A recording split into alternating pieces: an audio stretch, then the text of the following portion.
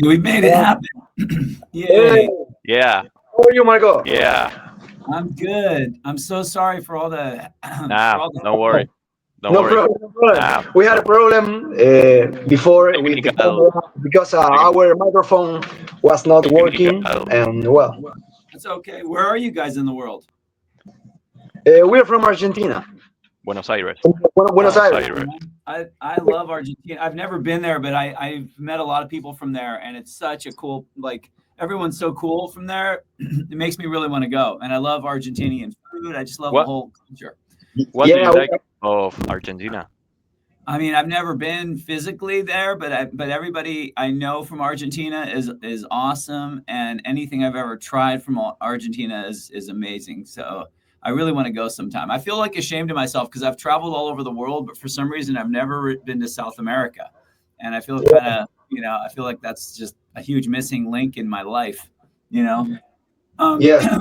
So you guys, unfortunately, I probably only have until 11, so for 30 minutes. So let's just dive right in. Okay, make it awesome. Okay. Yeah.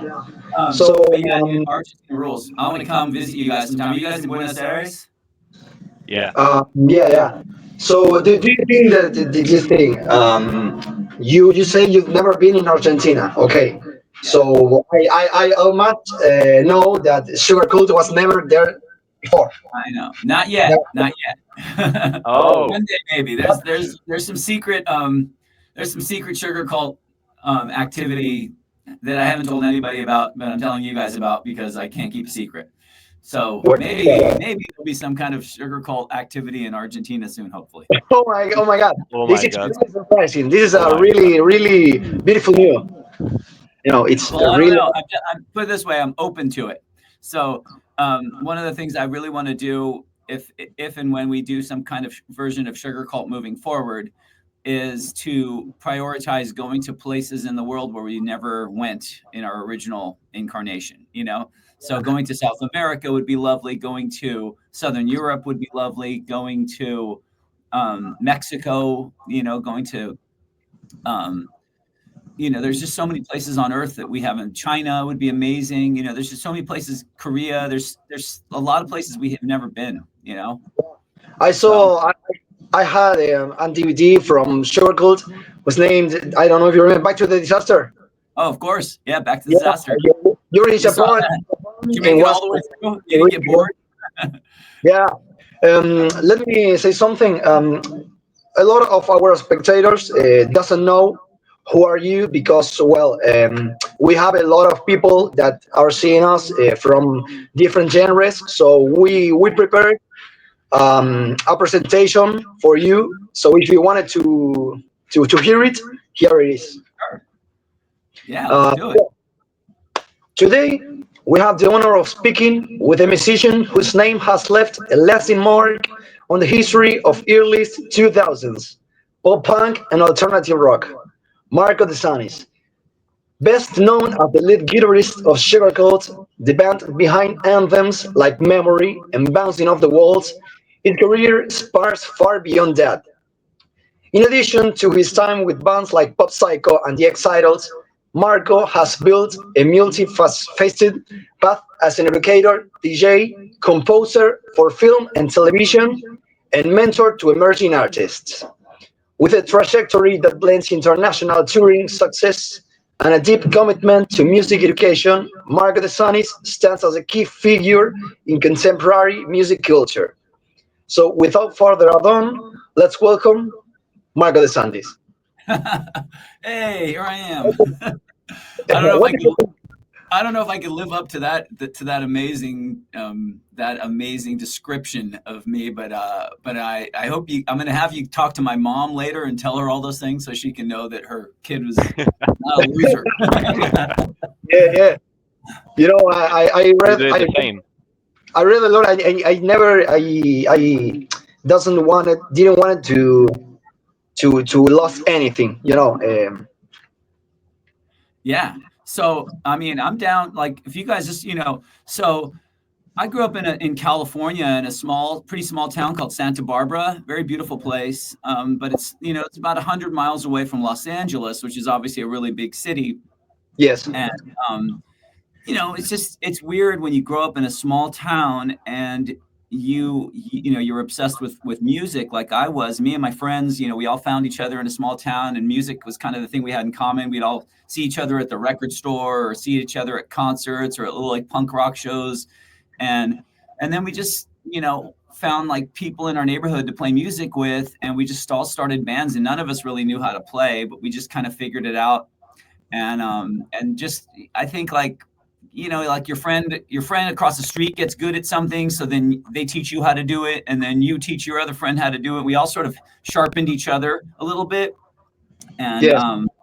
And that kind of just accidentally created this little music community in our town, and we all just floated through the years and learned from each other, really, and then eventually started to form bands that actually sounded good. They If I- complement each other. They complement. In the early days, it's not even about whether you don't go see bands and go to shows. At least in the world I grew up in, it was more just like about being young and about getting excited about hanging out with your friends and living the moment. Living the moment. And music was really just this sort of like, not to get too like hippy dippy, but like if you think about human beings, like Things in the air. Things in the air. hundreds of thousands of years, we would all gather around a fire pit, right? Probably because we wanted to be warm, and people would tell stories. People would teach each other things, and so you were kind of attracted to flame, this fire, because you also needed it to be warm and to sort of just. So that's sort of what music in our group of friends in our town, music was kind of our fire. It was like the place where we would gather around, and it didn't really matter if the band was. Most of the bands we went and saw, we didn't even know what they sounded like. We just heard they were coming to town, or they were our friends' bands playing a show. We just went to sports. You don't know. And then you kind of catch fire from that fire, and you start your own fire, and that's really what how it all started, if I really think about it. And then eventually Sugarcult happened after years and years. Like you said, I was in a band called Pop Sicko back in the 90s. I was in a band called Swingin' Utters. I was in a band called Nerfer. I was in a band called the Ataris. I was in a lot of short-lived, it's like relationships. It's like you date here and there. Yeah, when you are in a lot of different bands, but just for little times. A little bit, yeah, like little flings. And then I really was craving something more deep and more meaningful, and I couldn't really find it. And then I found the guys in Sugarcult, and we just started playing together for fun, and we really hit it off as friends. We had a lot of love for Nirvana, the thing on your buddy's hat right there. We bonded over just stuff we liked and enjoyed each other's company. Music was like, well, okay, you play this, I'll play that. So you had 2 albums before that's called 11 and like demos, 11 something and like Plastic, but they're not really albums. They're more just like, it's like they're collections of our early demos. So our earliest demos, we had 11 songs, and we put it out and called it 11. Like it wasn't a big thought. Just more magic. Yeah, we just like mixtapes maybe ourselves and gave it to our friends. Then we made another one called Wrap Me Up in Plastic, which was like our demos that led to what got us discovered for Start Static, and those were better songs in my opinion. And we actually like printed them up nicely, and they're out of print now, but you can find them out there somewhere, if you look around online or on YouTube, and some of the songs are good. Actually, we did the 20th anniversary vinyl of Start Static, and you can get it on like Spotify and Apple Music and whatever. And we put one of our old songs from Wrap Me Up in Plastic, a song called Say I'm Sorry. Which I thought was a great song, and it was actually supposed to be recorded for Start Static, but once we started making the record, we realized it didn't fit on the record. Like there was, it's kind of when you make a record we're kind of older, so like we grew up listening to full length records, like either on vinyl or CD, and so we really if you listen to all 3 Sugarcult records, if you listen to Start Static, Palm Trees and Power Lines, and Lights Out, I really want you to appreciate. Like, listen to it from start to finish, and it tells you a story. It's like watching a movie. It's important. I did it. Yeah, the order of the songs is important. Trilogy. It's almost like Star Wars: The Empire Strikes Back and Return of the Jedi, and then then like 11 and Wrap Me Up in Plastic are like the prequels. They're like the well, in Star Wars work. Yeah. Well, Star Wars it's work in analogy. in that saga. Yeah. I want you to know that when we made those records, we weren't just thinking, what are some good songs we have?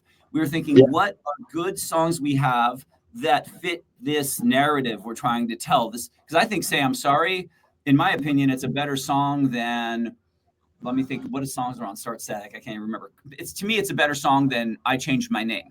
It's a better song than Crashing Down. But if you listen to the record, that record needs Crashing Down. It needs, I Changed My Name. So you make a record thinking this is going to be like a course, like you're giving someone a dinner, like you start with an appetizer, then you have a main course, then you have this, then you have an appetizer. Of the chill song after of the heavy song.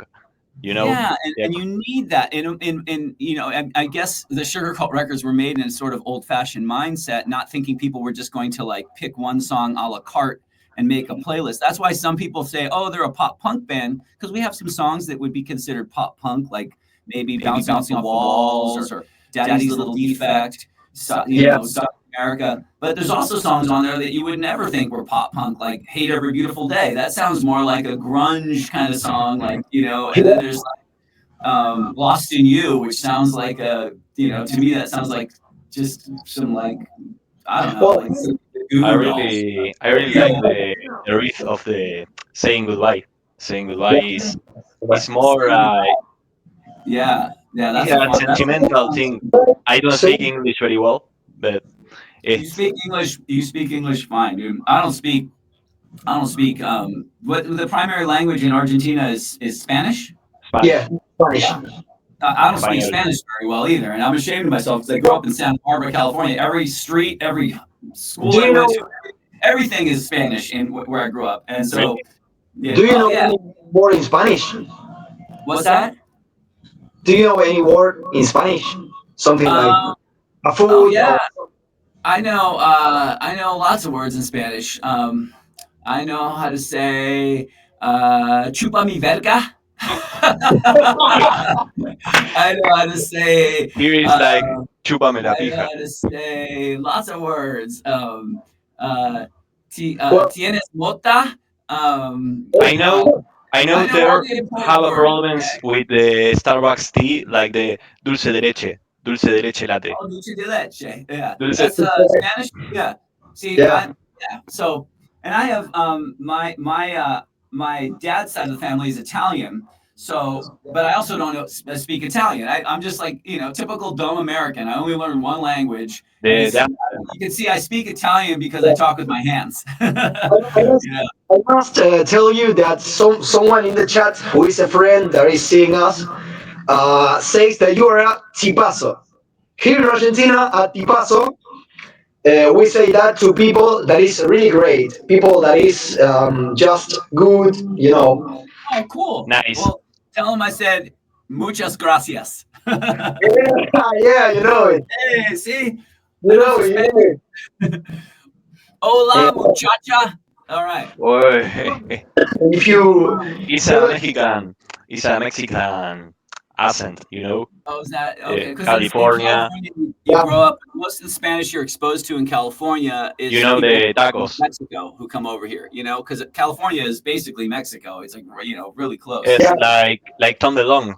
He born there. Oh yeah, he was born right in San Diego, like right by Tijuana. Yeah. I know he likes the Mexican food. Oh yeah. Oh my God, Mexican food is amazing. Yeah, totally. I like the hot sauce. American comedies, there's a lot of jokes about Mexican food. Oh, Can you say it is right?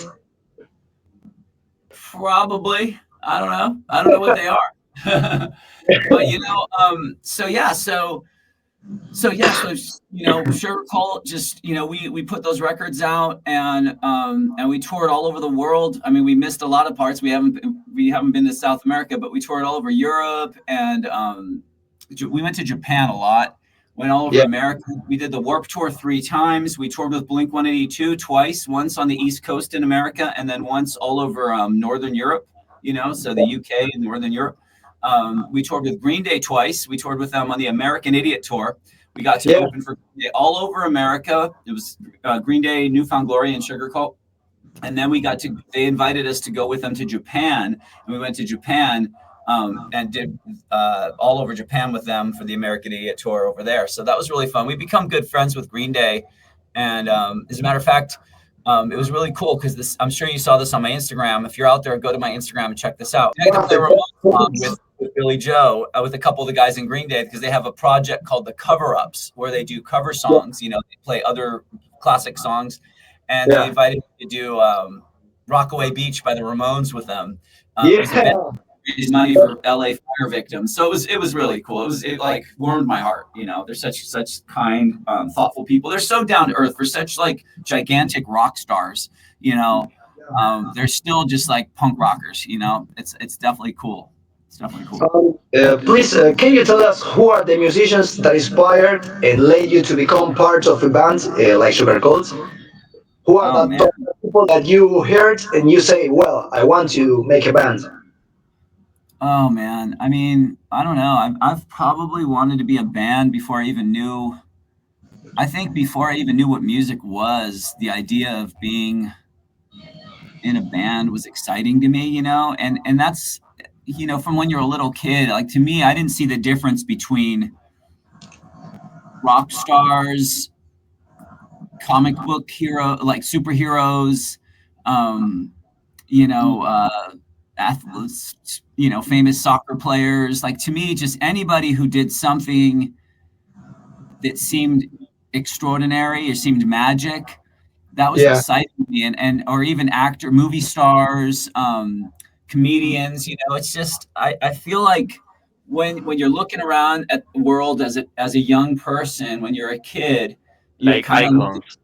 You know what I'm saying? You sort of just look around and you go, I don't know if I just want to be, I want to be something. I want to be something kind of out of this world. I want to be something kind of extraordinary. I don't just want to be an ordinary person. My dad was just a real like working class Roman, who just did the same job his dad did. Went to work, got his every day, got his pension, and and that just didn't appeal to me. My mom was someone who grew up in a very poor family and then made her wildest dreams come true. She became a modern dance choreographer and a dancer, and just someone who she made it look possible to me. Because most people will look at you and they say, oh, you want to do music? Okay, well, you got to have a backup plan. What are you going to, And for me, it was just like, I thought well, no, you get to live, as far as I know, we get to live once. And, why not take the more exciting way and at least try? There's no guarantees if you you start trying to play music, you don't know what's to do. And then once you figure it out, there's still the odds are so stacked against you. It seems impossible that anything's ever going to happen. And I got close a couple times before Sugarcult. Like I said, I was in a band called Popsicle, and we got really close to becoming successful. And then our singer became a drug addict and died. So you just never know what's going to happen. And with even Sugarcult, we got pretty big, but then things kind of leveled out. We had a big problem with our record company, and our singer had some problems with his ears.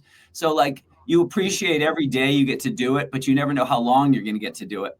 And so for me, it was just I don't want to be one of those people sitting at home, coming home after work and just getting drunk. Yeah, and just exciting.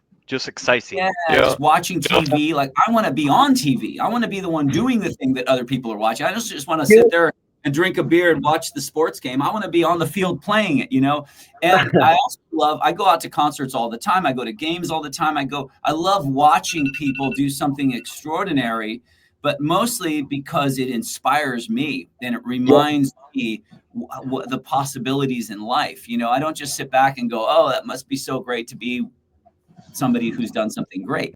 And I've met so many. I've met he's the Nirvana hat. I've met Dave Grohl from the Foo Fighters, who was the drummer of Nirvana, Yeah. But hey, It's the concerts are like you fuel, you know. oh my God, he's such a great dude. But like, I've met him a bunch of times, and because you know, I know someone who's in the band, and he's just another example. If you read his book, it's a really good book, the Dave Grohl book that he made about 2 years ago. It's like he's an example of just another kid who grew up and just followed his wildest dreams and like turned them into, you know what I mean? It's like we want to believe this only happens to someone else, but I'm telling you, like Dave Grohl's just a punk rocker. I'm just a hack, you know, I can barely play guitar. You know, most of the people I know, the guys in Green Day are just total dorks, you know. It's like most of the people I know who've achieved their wildest dreams are just like everyday people, but they just didn't buy into the idea that that success is something that only happens to someone else. Yeah, You Yeah. have to I think that you can be artist without a be famous. You know, you have the mind artist in your head. It's just well, the fame and the money and the attention that that doesn't come first. You Yeah. know, that follows it. If Yeah. if you're you know, if the it stars align, sometimes. if you're lucky, Sometimes it you don't have control over that. You have control over getting up, getting out of bed, organizing something, you know, putting on a show, going to a show, getting together, getting some people together, teaching your friend how to play bass, starting band, you know, organizing a rehearsal schedule, coming up with a logo, booking a show, putting on some shows for other, starting a scene where you live. You have, that's the things you have control over. And then if you can do that, I feel like it sort of like becomes magnetic, and other people, like go back to my flame analogy, if you start some kind of a fire, other people are going to notice the smoke and they're going to go, hey, look, I wonder what's going on over there, and they're going to be attracted to it, and then you're going to create trying the community. attention, trying the Yeah, attention of that and minds. we can't just sit there looking at the TV and looking at the posters on our wall and marveling at our heroes. At some point, we have to turn our friends into our own heroes, and we have to be a hero to our friends and create a like our own local version of it. And I mean, I just like to say this because like a lot of people, I work with a lot of young aspiring musicians, and I think that there's a disconnect. There's something that makes people think, oh, you have to play some big show somewhere, you have to get a record deal. None of that's true. Like you just have to start, like I always say, think globally, act locally. Like get your friends together. Like that's the best gift we got from punk rock and hip hop, is like both of these music started by teenagers in a really small, bad neighborhood, you know, and then they grew into something that the whole world now makes millions of dollars and the whole world enjoys. So Yeah, like, like these years in the band Kitty, you know, she have 14 in the moment that beginning. yeah, I mean, you just got to Eh, start somewhere. You got to start somewhere. Really, really young, really Um, young. So we only have a couple minutes. We only have like 10 minutes. So I just want to make sure, is there any other good questions you guys have? Because I definitely want you guys to be happy. yeah. Gracias. Can you tell us, please? You know, you wanted to have a band, okay? But what made you start playing guitar? Sorry. You know, Um, just that instrument, and not drums or singing. Exactly, only singing. The guitar, oh, Yeah. well, yeah, the guitar. I think that, and I'm sorry, I didn't really answer your question about my influences, you know, what bands. I mean, I just, like I said, it wasn't really about which bands. It was just about the idea of playing music. And I just, it all looked exciting to me. You know, rock and roll and punk rock and hard rock just always seemed the most exciting to me. I Yeah. was never good at my instrument. So I think that like when I first got into music, it was probably into like more like the metal kind of stuff, and then I just couldn't really figure out how to play it. And it was so like I was too impatient to like learn how to play like Iron Maiden or Ozzy Osbourne or Metallica or even like Motley Crue, That's or happened. That's you know. happened. And Yeah. so eventually, like a kid in my That's class like turned me on to like Black Flag and Suicidal Tendencies and DRI and GBH and some of the like punk rock kind of stuff. A lot of my friends were skaters, so I learned about that, and then I could pick up that stuff on my guitar really fast. And then me and my friends started playing in a band like right away. And then I actually switched from guitar to bass because I wanted to be in a band with these older kids that were really good at guitar. And so right? What's that? In Popsicle. Yeah. And the band before that when I was a teenager, so I played bass for a really long time, but I always played guitar at home. I always loved guitar, but I just to me, it was more like the bass was just easier and I could get better faster and keep up with the kids that were like I said, I know this is kind of a name drop, but one of my best friends from growing up is the lead guitarist of the Foo Fighters. And so when we were growing up, he was like a year older than me. And he was already really good at guitar. And so I switched to bass so I could be in a band with him. Okay. And then we played in the band for a couple of years. And then, we all grew up, went our separate ways. But guitar was always a part of my life. And when I met Tim from Sugarcult, he had already gotten a bass player, Aaron, our bass player. And I was, well, dude, I'd love to play in a band with you. And I was kind of like, call me if Aaron ever quits. And then he called me up and said, dude, would you want to play guitar? And I was like, sure. It was like very fun. Going back to my original instrument, because guitar is what I started on, mostly because like your mom's not going to let you have a drum set in the house. And I didn't want to have to take piano lessons. Guitar is just fun, it's like, it looks cool. It just, I don't know. It just looked like they were all doing anything in the first album of Foo Fighters, doing anything, drums, bass, guitar. He does. Yeah, Dave. Well, you learn about Dave when you read his book. You learn that he actually started on guitar, and then he learned all the other instruments too. But he's there's a lot of musicians. Yeah. There's a lot of musicians that love to play an unexpected instrument, and they, for one reason or for other, they want to play another instrument in any band because they want to test what it feels, or maybe just to do something different. It's true. It's true. And you know how it is. Like if you guys play in bands, like when you're at practice, you always get on each other's instruments and switch around. Like it probably drives the drummers crazy, but you always want to get on the drum kit and play around. You all know how to do a little bit of everything. Everyone I've ever played with, like any drummer knows how to play a little bit of guitar player knows how to play a little bit of drums. Actually, a lot of bands that, Sugarcult singer Tim started on drums. So he's a really good drummer. And if you listen to our songs, he's a really good rhythm guitar player, similar to Dave Grohl, because he has the drummer rhythm. He has that really good steady beat. So when he's in the studio, like his hand is just a metronome. He's like the muscle memory. Yeah, memory. Yeah. I've seen an interview of David Grohl. A month ago, and he saw that he did the drum pattern just to play the guitar and to compose. Yeah, you saw that on that's on the oh god, what's his podcast called? Chris Shiflett, my friend who's in the Foos, he has a podcast, a great guitar podcast called Shred with Shifty, and he's got the episode with Matt and Dave on it, and they show you how he's doing that. Yeah, it's really cool. It's excited how that band's dynamic. It's cool. But to be honest, like before my friend was even in, like before I got to meet the Foo Fighters, when I first got together with Tim and Sugarcult, they were a huge influence on us. I would say Foo Fighters and Nirvana and like bands like Oasis and Weezer, just a lot of the 90s sort of radio bands. Green Day is a big influence on Sugarcult. Weezer is like the prelude of the pop punk, I think. Yeah. So a lot of power pop. Like the concept. There's a weird kind of music called power pop that a lot of people don't really know about. It's from the early. It's really misunderstood. It's kind of happened just around the same time as like early like British punk rock called Cheap Trick. There's a guy called Elvis Costello. There's a guy called Nick Lowe. There's a lot of these. There's a band called The Cars.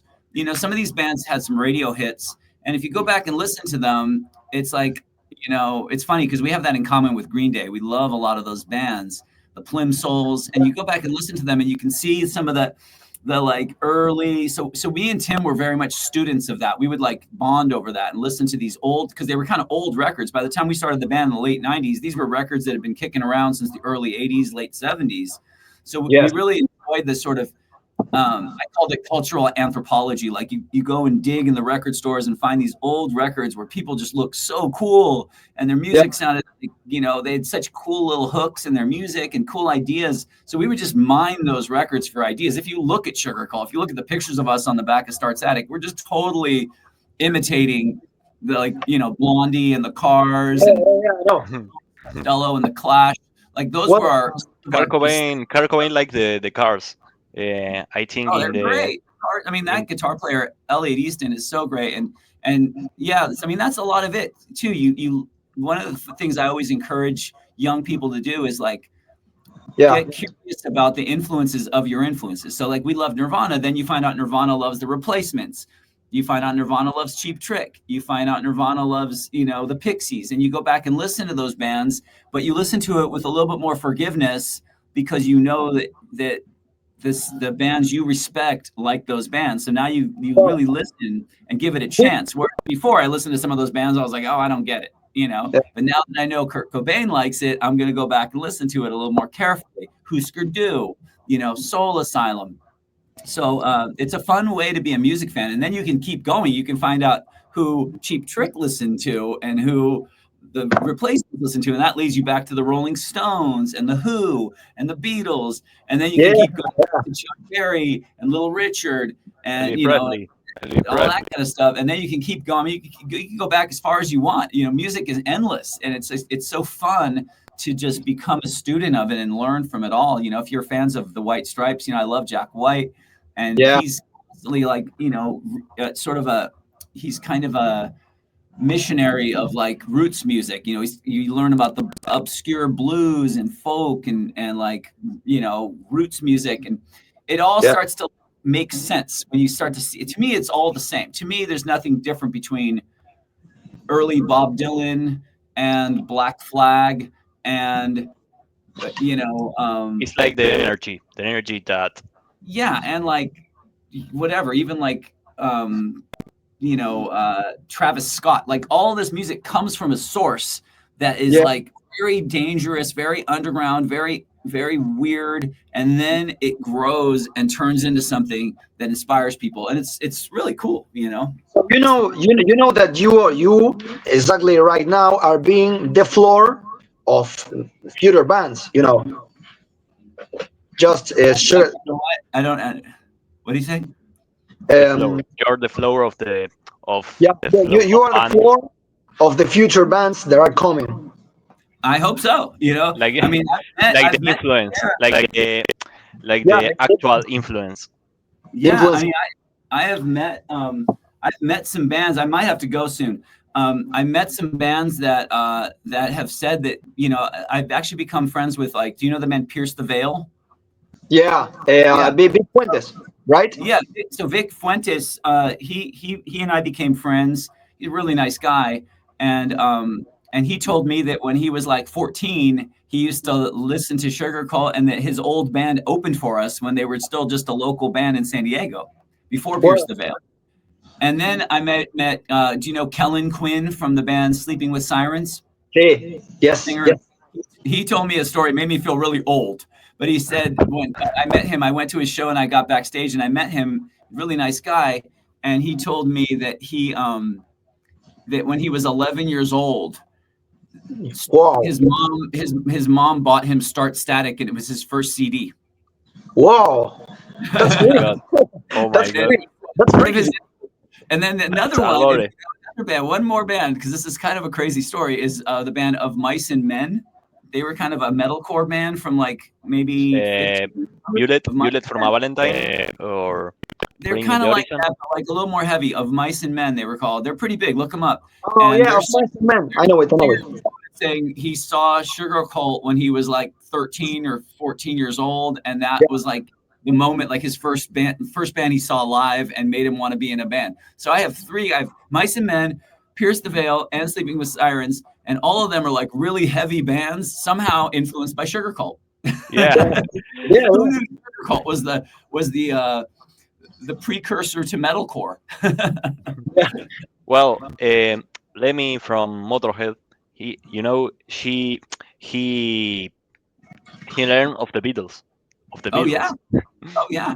I met Lemmy a few times because he lived in LA, and we got to both play at this Ramones tribute. And so he was outside smoking a cigarette, and he told me all about how he grew up in Liverpool, and he used to go see the Beatles when he was like 13, and he's smoking a cigarette. He's just like, mate, Yeah, yeah. everybody, I can't talk like him for even a minute without coughing. He say that Rolling Stones sucks and the Beatles are better. That was exactly what he said. Yeah. And of course, I'm a big Rolling Stones fan and Beatles fan. But he was telling me, he was having this debate with me. He said, everyone says the Rolling Stones are the bad boys and the Beatles are the pretty boys. Yeah, he said, that interview. The Beatles like grew up in a working class neighborhood. They had to fight their way to and from school every day. He's like, the Beatles kick your ass. The Rolling Stones are a bunch of London boys. They're just, they're from the big city. And so he had this whole, Lemmy had this whole theory that the Beatles were like the actual bad boys and the Rolling Stones were actually the sort of softy pies, which is pretty funny to hear from that Lemmy. interview. What? Yeah. How was the first time that you heard that you were gonna be in the Warped Tour? Oh my God. It's just a festival with a lot of artists. It's No, it was a dream. It was a dream for us to, because our record, we made our record in this, our first record, Start Static, we made in the we finished our record in the spring of 2001, and we knew it was going to come out at the end of the summer of 2001. And we were trying to figure out how we were going to spend our time to set the record up and promote it. And we hadn't really toured at all. I mean, we played in California here and there, and maybe one time we went out to Texas. And so we were trying to figure out, okay, now what are we going to do? And then we got the Warped Tour, and we got it only for like 10 days, maybe 11 days. And we were so ecstatic to be playing the Warped Tour. And so we got to go on it. And then we started to play and people liked us, and everyone working on the tour like got along with us, and the other bands were kind of becoming our friends. And the head of the Warped Tour, Kevin Lyman, offered us, he said, hey man, if you guys are having a good time on this tour, why don't you just stay on the whole tour? So they invited us. We only had 10 days, and then they invited us to stay the whole 2 months. And it was just incredible. That was like how we kind of, I really credit the Warped Tour 2001 with like all of Sugarcult's success. It really helped us like, spread the fire all over the country and get a lot of, get a lot of new fans, meet a lot of people in other bands. Warped Tour is amazing because you have like 100 bands playing, so everyone gets to know each other. And we had like, Rancid coming up to us, and Real Big Fish, and Goldfinger, and Good Charlotte, and Newfound Glory, and Sum 41. All these bands we kind of became friends with, and even Fat Mike from NoFX, he actually wanted to put Sugarcult out on his label. He wanted to do an EP with us. I wish we would have done that. So we just became like, we earned everyone's respect and earned their trust. Again, like I said, it goes back to what I said at the beginning of this talk. The Warped Tour, it's another little campfire, and you just get everyone together, and you all have mutual respect because you're all a bunch of bands. You sound different. Everyone's got their own style of music. Everyone dresses differently. But at the end of the day, you're all sort of there for this reason. You have this thing in common. You're in a band. You're on tour. You treat people with respect. You're not trying to act like a rock star. No one's trying to act like they're better than anyone else. And you really like feel that. We became good friends with AFI. They were really nice to us.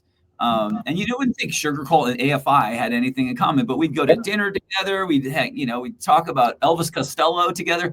It's just, and then we got invited on the Warped Tour the next year, and we did it again. And we shared a bus with the Used just as they were starting to become really big. And you like AFI? What's that?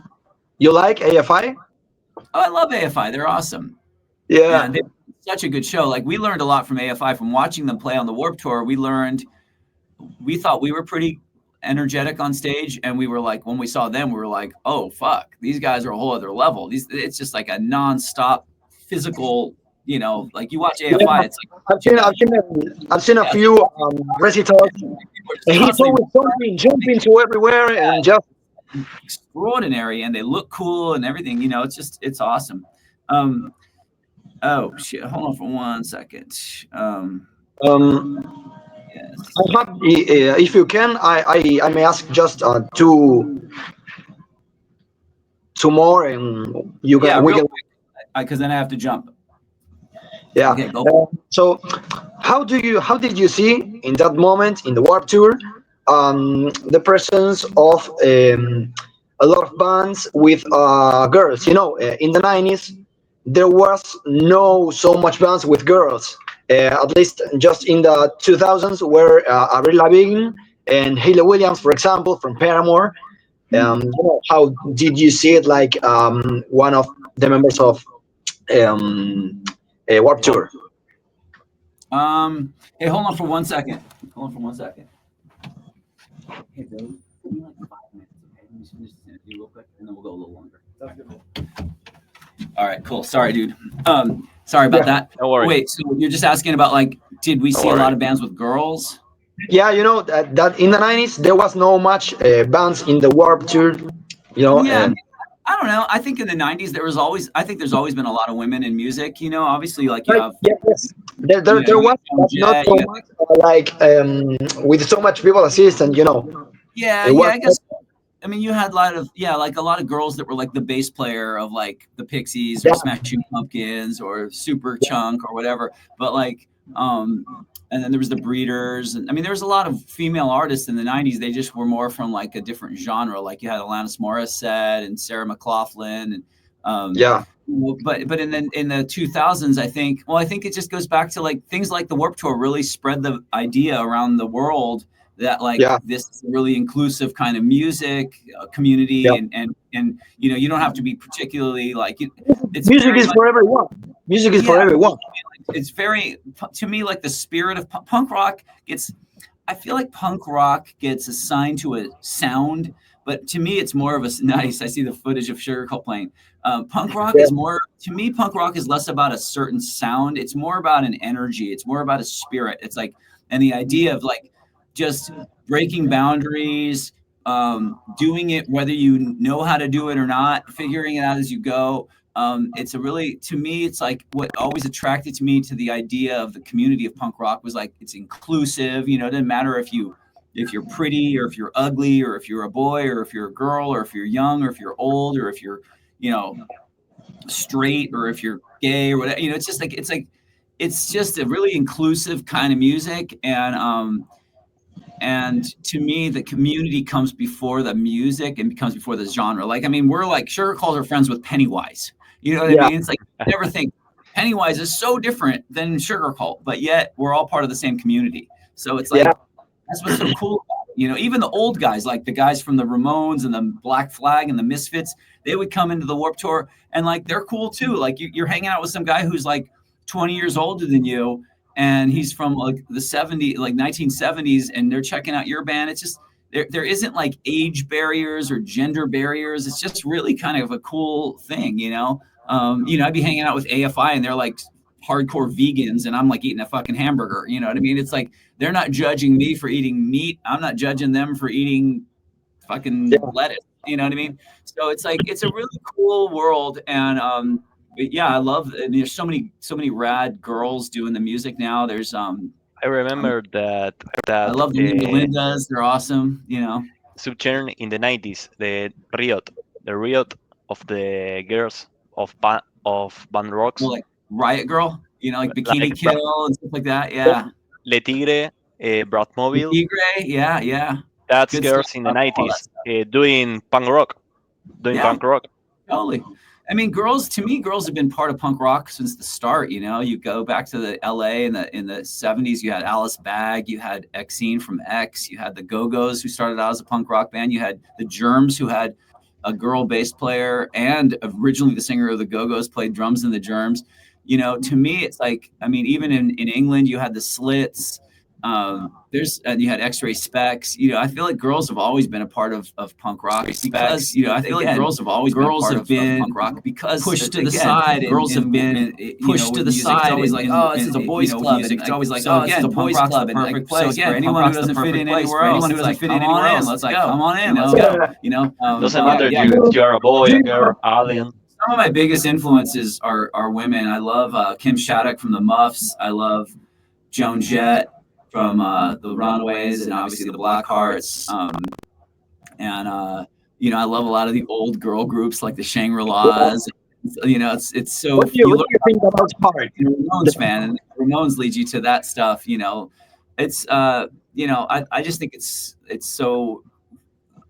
It's just so fun. I like music from all over the world. You know, I love a lot of like music like from different cultures. Like I love reggae. It's not I'm not going to play reggae, but I love listening to it. I love electronic music. You know, I don't really play electronic music, but I love listening to it. I like music that I don't know how to play. Do you heard something from Argentina, from an Argentinian band? There's a band I found from Argentina that I love called Pacifica. You know them? Pacifica, yeah. Yeah, two girls. It's two girls and two guys. And I saw them play at this dive bar in LA. And my friend Gabe, who was the singer of a band called Midtown and Cobra Starship, he manages them. I think Pacific is going to blow up. I think they're like they remind me. It reminds me of like Joan Jett mixed with or it reminds me of Elastica and the Strokes, and like I don't know, they're really cool. I personally recommend you the band Rata Blanca. It's power metal. Will you send it to me on my Instagram?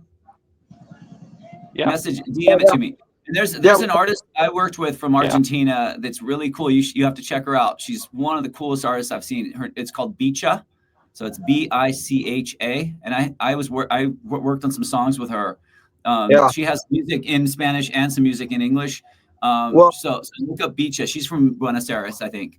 I think she lives in LA, but she's from your country. Bicha, Bicha. Yeah, I really didn't knew it. What's that? I didn't know it. That was a band. You got to check out Bicha, check out Pacifica.